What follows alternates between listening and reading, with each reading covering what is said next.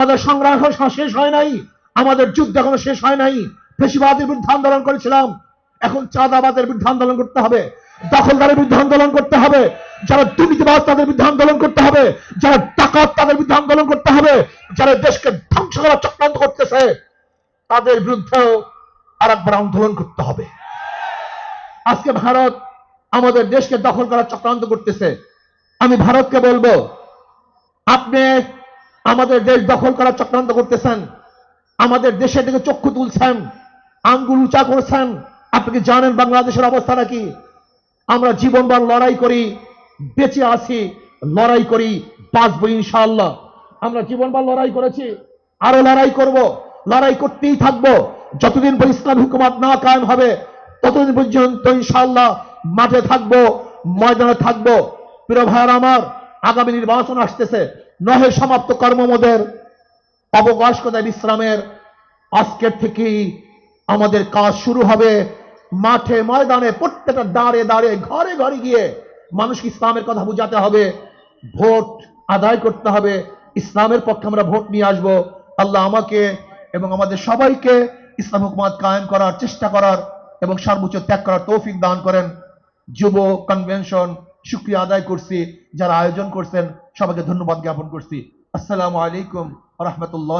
আমাদের খুশিতে মন ভরে গেছে, মনে হয় যেন আজকে আসমানের ফেরেশতাগুলিও এই যুব কনভেনশনের উপস্থিতি দেখে তারাও খুশিতে আত্মহারা।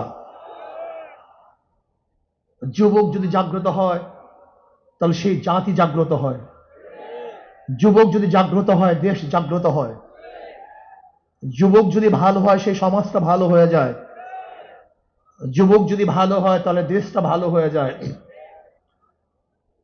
মনে রাখতে হবে, ইসলামী যুব আন্দোলন রুহানিয়াতের সমন্বিত প্রয়াস,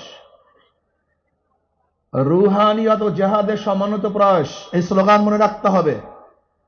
রুহানিয়াতকে বাদ দেওয়া যাবে না, রুহানিয়াতকে ধারণ করতে হবে। ইন্না সালাতি ওয়া নুসুকি ওয়া মাহইয়ায়া ওয়া মামাতি লিল্লাহি রাব্বিল আলামিন।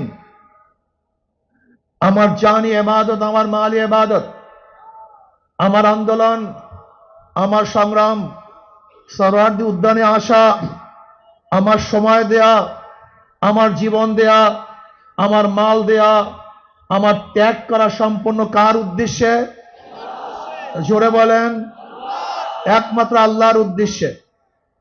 ইসলামী যুব আন্দোলন সাহাবাদের অনুসরণ করে, সাহাবাদের অনুসরণ ইসলামী যুব আন্দোলন। সাহাবাদেরকে ভুলবেন না, তারাই আমাদের অনুপ্রেরণা। আমরা তাদের দেখানো পথে চলতে চাই, তাদের মহব্বত অন্তরে লালন করি, তাদের ভালোবাসতে জানি, তাদেরকে ভালোবাসতে জানি, তাদেরকে এত মহব্বত করি আমাদের জীবনের চেয়ে সাহাবায়ে কেরাম থেকে বেশি মহব্বত করি। শুধু কি তাই, যারা সাহাবাদেরকে ঘৃণা করে, সমালোচনা করে, ওদেরকে আমরা মহব্বত করতে পারি না, ওদেরকে আমরা ভালোবাসতে পারি না। আমরা জনাব মুহাম্মদ রাসূলুল্লাহ সাল্লাল্লাহু আলাইহি ওয়াসাল্লাম আদর্শ গ্রহণ করে তার দেখানো নীতি আদর্শ বাস্তবায়ন করতে চাই। আমরা এরদোগানের আদর্শ বাস্তবায়ন করতে চাই না, আমরা মুরসির আদর্শ বাস্তবায়ন করতে চাই না, আমরা মদিনাওয়ালার আদর্শ বাস্তবায়ন করতে চাই। আমি যুব আন্দোলনকে বলবো, খবরদার, সুন্নাতকে বাদ দিয়ে কোন আন্দোলন সংগ্রাম আমরা করতে চাই না। আমরা সুন্নাতকে ধারণ করে আন্দোলন সংগ্রাম করতে চাই। আমরা সুন্নাতকে জবাই দিয়ে তাকিয়ার নামে, আমরা কৌশলের নামে সুন্নাতকে জবাই দিতে চাই না, বরং আমরা চাই সুন্নাতকে সমন্বিত করতে, সুন্নাত অনুযায়ী চলতে। আমি বিশ্বাস করি, ওয়ালা তাহিনু ওয়ালা তাহজানু ওয়া আনতুমুল আ'লাউনা ইন কুনতুম মুমিনিন। যদি আমাদের ঈমান মজবুত হয়, যদি ঈমানকে শক্তিশালী করতে পারি, তাহলে এমন আওয়াজ দেব আল্লাহু আকবারের ধ্বনিতে, যেরকম রাজা গৌর গমদের তখ্ত তাউস ধ্বংস হয়ে গেছে, আমরা যদি আল্লাহু আকবারের ধ্বনি দিতে পারি, ঈমানের সাথে আল্লাহু আকবারের ধ্বনি উচ্চারণ করতে পারি, তাহলে বর্তমান ফ্যাসিস্টদের সমস্ত তখ্ত তাউস ভেঙে চুরমার হয়ে যাবে ইনশাআল্লাহ। এর জন্য যুব আন্দোলনকে বলবো, খবরদার, জিকির ও ফিকির, জবানে জিকির থাকতে হবে, ব্রেনের মধ্যে ফিকির থাকতে হবে, কলমের মধ্যে শুকুর থাকতে হবে, অঙ্গ প্রত্যঙ্গ সবর থাকতে হবে, মনে রাখবেন, রুহানিয়াত ও জিহাদের সমন্বিত প্রয়াস। রুহানিয়াতকে বাদ দিয়ে কোনো জিহাদ আমরা চাই না। রুহানিয়াতকে বাদ দিয়ে জিহাদ করবেন, এটা জিহাদ হবে না, সন্ত্রাস হবে। কি হবে? সন্ত্রাস হবে। যেই জিহাদের সাথে রুহানিয়াত নাই, ওই জিহাদ জিহাদ না, বরং সন্ত্রাসবাদ হবে। ইসলামী ছাত্র আন্দোলন, ইসলামী যুব আন্দোলন, ইসলামী আন্দোলন বাংলাদেশ, তারা কি চায়? আল্লাহর জমিনে আল্লাহর হুকুমতের মাধ্যমেই কল্যাণ রাষ্ট্র চায়। ইসলাম হুকুমত বাদ দিয়ে আমরা কল্যাণ রাষ্ট্র চাই না। আমরা ইসলাম হুকুমতের মাধ্যমেই কল্যাণ রাষ্ট্র প্রতিষ্ঠিত করতে চাই। আমরা বিশ্বাস করি ইসলাম হুকুমত ব্যতীত secularism, socialism, capitalism, communism, democracy কোন আদর্শ মানুষকে শান্তি দিতে পারে না, মুক্তি দিতে পারে না। একমাত্র মানুষের মুক্তির গ্যারান্টি হলো ইসলাম হুকুমত। ইসলাম হুকুমত কায়েম করতে হবে। আপনারা জানেন আজকে অন্তর্বর্তী সরকার কিছু সংস্কার করতেছে, তার মধ্যে রাষ্ট্র সংস্কার। অবশ্যই রাষ্ট্র সংস্কার করতে হবে। কেন? আপনারা জানেন ফ্যাসিস্ট সরকার, রাষ্ট্রের এমন কোন বিভাগ নেই যে বিভাগকে ধ্বংস করে নেই, সমস্ত বিভাগকে ধ্বংস করে ফেলেছে। কাজী ধ্বংস স্তূপের উপরে সুন্দর একটা নির্বাচন উপহার দেওয়া সম্ভব নয়। আগে সংস্কার হবে, তারপরে নির্বাচন হবে। রাষ্ট্র সংস্কারের মধ্যে আমি বিচার বিভাগের স্বাধীনতা চাই, বিচার বিভাগের পূর্ণ স্বাধীনতা চাই। আজকে আমরা কি দেখেছি? সরকার পরিবর্তন হওয়ার সাথে সাথে সমস্ত আসামিরা খালাস হয়ে গেছেন। আবার সরকার পরিবর্তনের সাথে সাথে অনেক আসামি জেলে ধুকে ধুকে মরছেন। তার মানে বিচার বিভাগ কি সরকারি ইঙ্গিতে চলে? একটা ভালো রাষ্ট্রের, উন্নত রাষ্ট্রের সবচেয়ে বড় মানদণ্ড হলো বিচার বিভাগের স্বাধীনতা।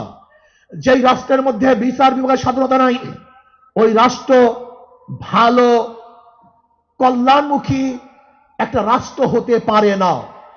এর জন্য আমি বিচার বিভাগের স্বাধীনতা চাই। এমন স্বাধীনতা চাই, বিচারকটা আইন অনুযায়ী বিচার করবে, কারোর ইঙ্গিতে বিচার করবে না, কারোর দিকে দৃষ্টি করে বিচার করবে না, বরং আইনে যা আছে সেই অনুযায়ী সে রায় প্রদান করবে। এমন স্বাধীনতা বিচার বিভাগকে থাকতেই হবে। এমনকি ওই চেন্নাইকে, চিটাঙ্গের চেন্নাইকে, সেও যদি বিচারের আওতাধীন, সেও যদি আইনের আওতায় খালাস পায়, আমার কোনো আপত্তি নেই। কিন্তু আমিও যদি বিচারের আইনের মাধ্যমে জেলে থাকি, তাহলে আমার আপত্তি নেই। বিচার বিভাগকে স্বাধীন দিতে হবে। কারোর ইঙ্গিতে বিচার বিভাগ চলতে পারে না।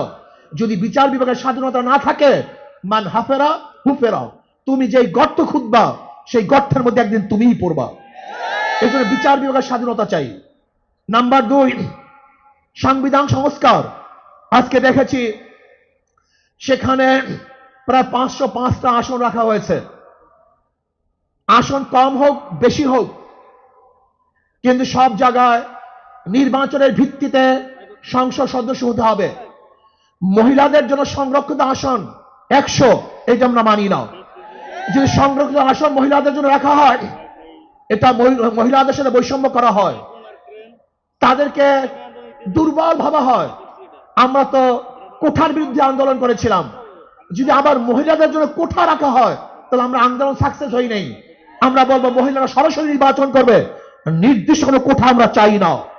কোন মহিলাদের জন্য নির্দিষ্ট কোঠা থাকবে না, তারা নির্বাচন সরাসরি করবে। কাজী আমি অন্তর্বর্তী সরকারকে বলবো, মহিলাদের জন্য কোন নির্দিষ্ট আসন ইসলামী আন্দোলন বাংলাদেশ এটা আমরা মানতে পারি না, এইটা আমরা চাই না। আমরা চাই দ্বিকক্ষ বিশিষ্ট হোক, এককক্ষ বিশিষ্ট হোক, পিয়ার সিস্টেমে নির্বাচন হবে, সংখ্যানুপাতিক হারে নির্বাচন হবে। যদি সংখ্যানুপাতিক হারে নির্বাচন না হয়, পিয়ার সিস্টেমে নির্বাচন না হয়, তাহলে আবারও কালো টাকা সরাসরি হবে, পেশি শক্তি ব্যবহার করা হবে, মানুষের ভোট অধিকার প্রয়োগ করতে পারবে না, আমাদের আন্দোলন ব্যর্থ হবে। আজকে জুলাই বিপ্লবে ইসলামী আন্দোলন কি ভূমিকা ছিল আপনারা জানেন।